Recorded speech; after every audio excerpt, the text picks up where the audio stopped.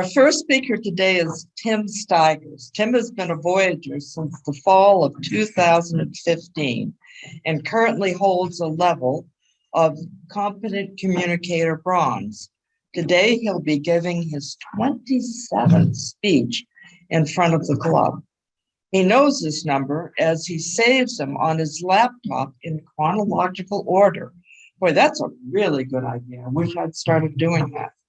Just an interesting little tidbit of information about Tim. He's organized.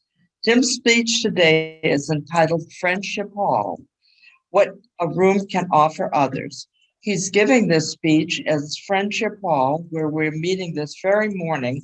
We'll be going through a major remodel as part of a redevelopment of this entire church campus.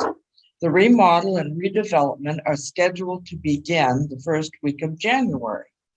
Being that this room will not be coming back as Friendship Hall, Tim wanted to speak about its history and what this very room has offered and provided to the church and local community.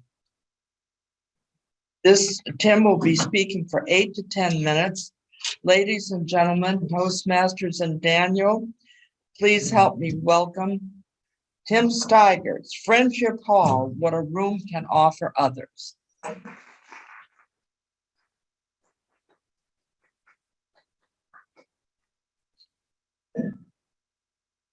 morning. So we at Voyagers have been meeting here in Friendship Hall for about 5 years now. And most of you know that my family and I have been members of this church for going on 20 years. Now, as mentioned in my introduction today, Friendship Hall will be starting a reconstruction starting the first week of January. And this is just the start of a 2-year redevelopment of our entire church campus. Friendship Hall will not be coming back here, as it will be coming back in 2 years as on the first floor of an affordable senior apartment building going up on the east side of our campus, just on the other side of the sanctuary. The preschool, which is going to be doubled in size, and the nonprofit offices are going to be coming over here, which is going to be enlarged and completely redeveloped. So this morning, I would like to share with you a little bit about Friendship Hall, what it means to me, and a couple of my favorite memories of it over my past 20 years here at the church. So though the church has been here on the corner of Cleveland and Richmond for 111 years, the sanctuary, Friendship Hall, up to this divider and kitchen was actually built in 1952. The rest of Friendship Hall, including the chapel, there's a bride's room and some other meeting rooms in the back, was finished in 1968. This is the third sanctuary that has been on this corner since for 111 years. Now, I find it really neat to think about what this room has offered so many people of all walks of life through its time here since 1952. I find it really special to think about the hundreds of little Boy Scouts and Girl Scouts whose troops have met in here for over the decades, especially back in the 60s and 70s when church attendance and scout attendance was at its heyday. I find it really special to think about how many people have found sobriety in this very room, as Friendship Hall is home to many large 12-step groups who have met here over the decades. I find it special to think about how many people have deepened their spiritual lives in this room by attending one of the many lecture series, walking the labyrinth, or attending one of the many Bible studies here in this room. I find it special to think about how many songs have been sung in this room, as the San Diego Gay Men's Chorus and our very own Angela Canish have used this room for tryouts and rehearsal for years. I find it special to think about how many friendships have been made in this room as we meet in here after service on Sunday for coffee chat, and that is where the congregants get to chat with each other, and if you're new, meet other congregants. I find it special to think about how many ladies' luncheons, Christmas teas, bridal receptions, book signings, memorial services have been held in this room since 1952. The list is long and the list is wonderful. And to say that the reconstruction is hard for some of our elderly congregants is truly an understatement. But for our church to stay strong in today's culture, a major remodel and redevelopment is truly needed. Now, my two favorite memories of Friendship Hall over the past 20 years both revolve around food, which is kind of fitting because Friendship Hall is very fortunate to have a commercial kitchen off its side right there. So pre-pandemic, on the third Sunday of every month, we hold in this room what is called community breakfast. Community Breakfast is a ministry that began about 12 years ago, and it provides a free pancake breakfast to our homeless friends and neighbors here in Hillcrest. Well, as you can imagine, this has become a very popular ministry over the years. On any given community breakfast morning, we offer about 150 meals to our homeless friends.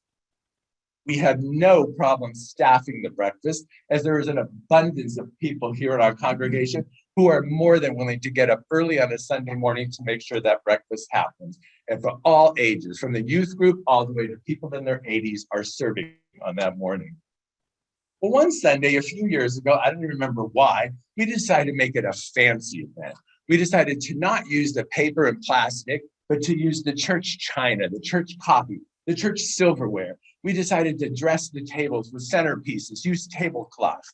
We decided to up our game on our menu. Instead of just pancakes, but have sausage, ham, eggs, pancakes, juice.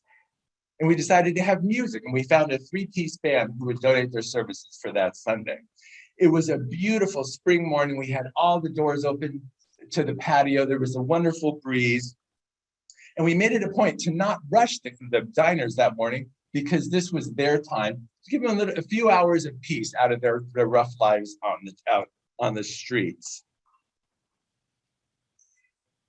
The feeling of gratitude and love that morning was amazing.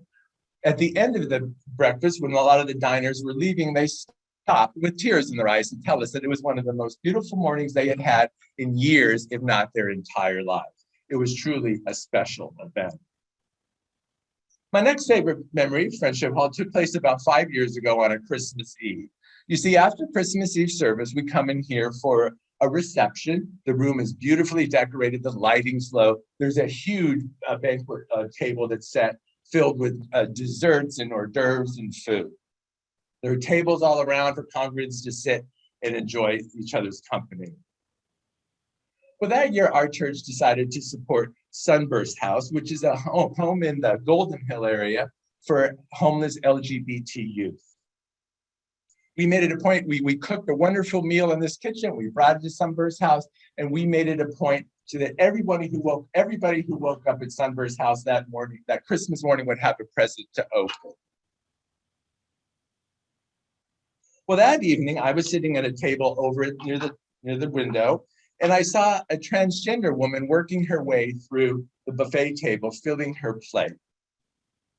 Then a few minutes later, I noticed her having a lively conversation with 2 elderly couples sitting here in Friendship Hall. Now, I used the word confident when she was working her way through the buffet table because her demeanor had a look on her face of happiness, peace, acceptance.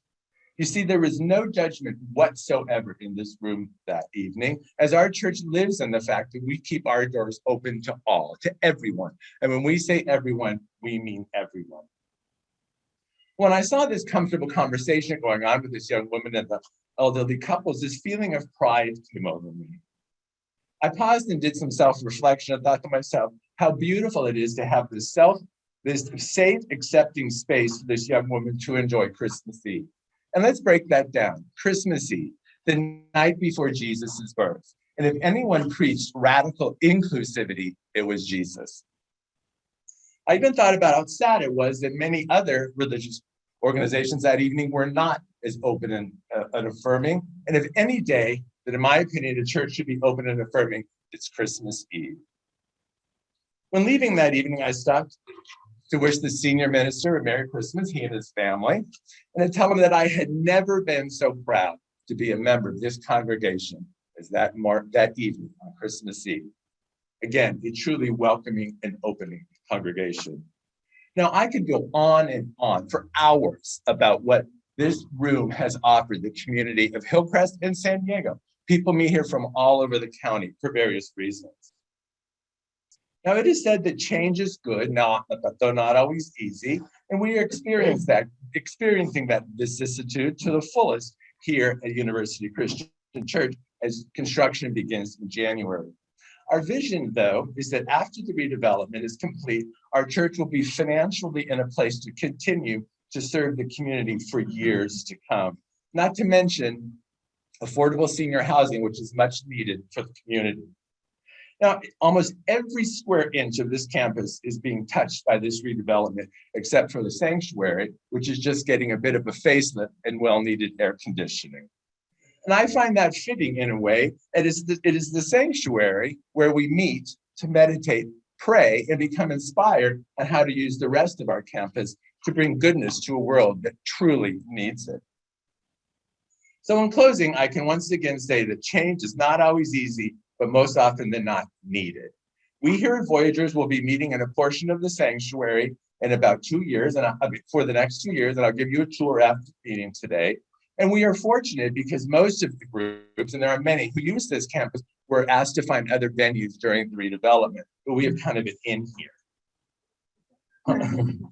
So hopefully in a couple of years when we're back in a new Friendship Hall, brand new Friendship Hall at the first floor of that apartment building, the pandemic will be way in our rearview mirror. We will be back to weekly meetings with north of 20 people in attendance working on our communication and public speaking skills.